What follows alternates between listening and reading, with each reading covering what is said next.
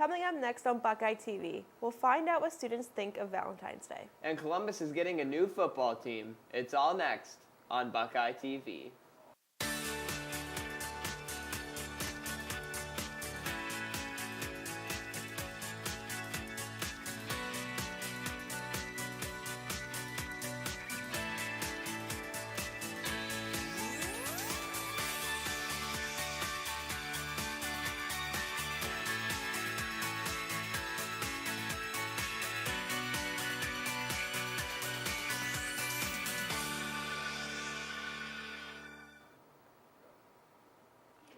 Welcome to the gray edition of Buckeye TV.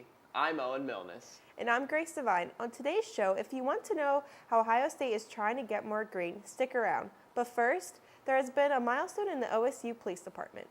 That's right. The Ohio State Police Department made a change that means a new first for the police force. Connor Barr has more. Ohio State has recently introduced their first chief of police in Kimberly Spears McNatt. She is the first female to hold this position and has been with the Ohio State Police Department since 1994. Spears McNatt, who has been protecting and serving the Ohio State community for the last 20 years, stepped into a larger role on January 1st, becoming the 13th police chief at Ohio State. In an interview done with the Columbus Dispatch, Spears McNatt talks about her goals moving forward as leader of the department. I want the students to be able to focus on their education, their dreams, their goals, and let me and the officers worry about their safety. Realizing that a lot of the college students are 18 to 21, they're still figuring out life, and our goal is to help them, guide them, and navigate them to be successful. The new chief says she wants to promote President Michael Drake's 2020 vision about community outreach and engagement. The importance of community engagement and diversity and inclusion. One of the things I have learned over my career is the importance of having officers or our staff cross-trained. Kimberly Spears McNatt is sure to have a great impact on not only the community here at Ohio State, but also the law enforcement. This has been Connor Barr reporting for Buckeye TV. This past weekend, Ohio State Buckeyes and Buckeye affiliates danced their night and day away for the kids. Reporting from BuckeyeThon 2019, reporter Slavia Stevens-Ogas has more. Every year since 2001, BuckeyeThon has held a dance marathon in support of pediatric cancer. In 2017 alone, 5,000 Buckeyes were able to come together and raise more than $1.5 million.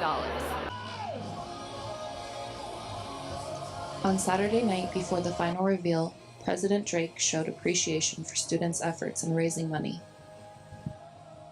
Our late wonderful colleague John Glenn said he'd never seen people so happy and so fulfilled as when they could give themselves up, as when they could dedicate themselves to something that was greater than their own self-interest. And you've really proven that this year. You've worked really hard, all the months, all the hours, all the focus, worked really hard on doing what you could to be able to give us funds that we could then share with our colleagues at Nationwide Children's Hospital in So we do this for the kids. We do this because everyone deserves a chance to be a Buckeye. We do this because everyone has something to contribute to the world. And we do this because you've all contributed greatly to our community. First-year Buckeye Hamel Pajara told Buckeye TV what made BuckeyeThon so special. So one of the most special things about BuckeyeThon is definitely hearing a lot of the kids' parents talk to us, and it's something that like during our meetings and stuff and like all of our fundraising, that's not something we get. So actually coming to BuckeyeThon and just like really connecting with the families is something that's really special, and it's given me a lot to think about. At the end of the night, participants celebrated a record-breaking $1.7 million raised in support of children's cancer. Reporting from Buckeye TV, this is Solia Stevens-Ogas.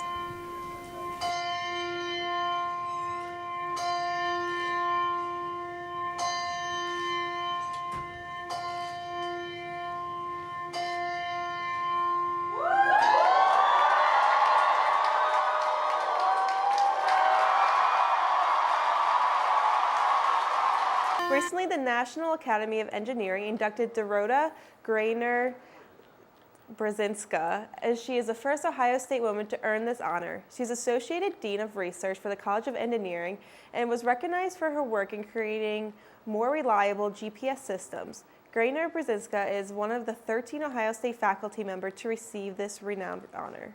With tuition rates continuing to rise, we are seeing an increase in the number of students working while being full-time. How is this affecting them academically? Grace Devine has the scoop.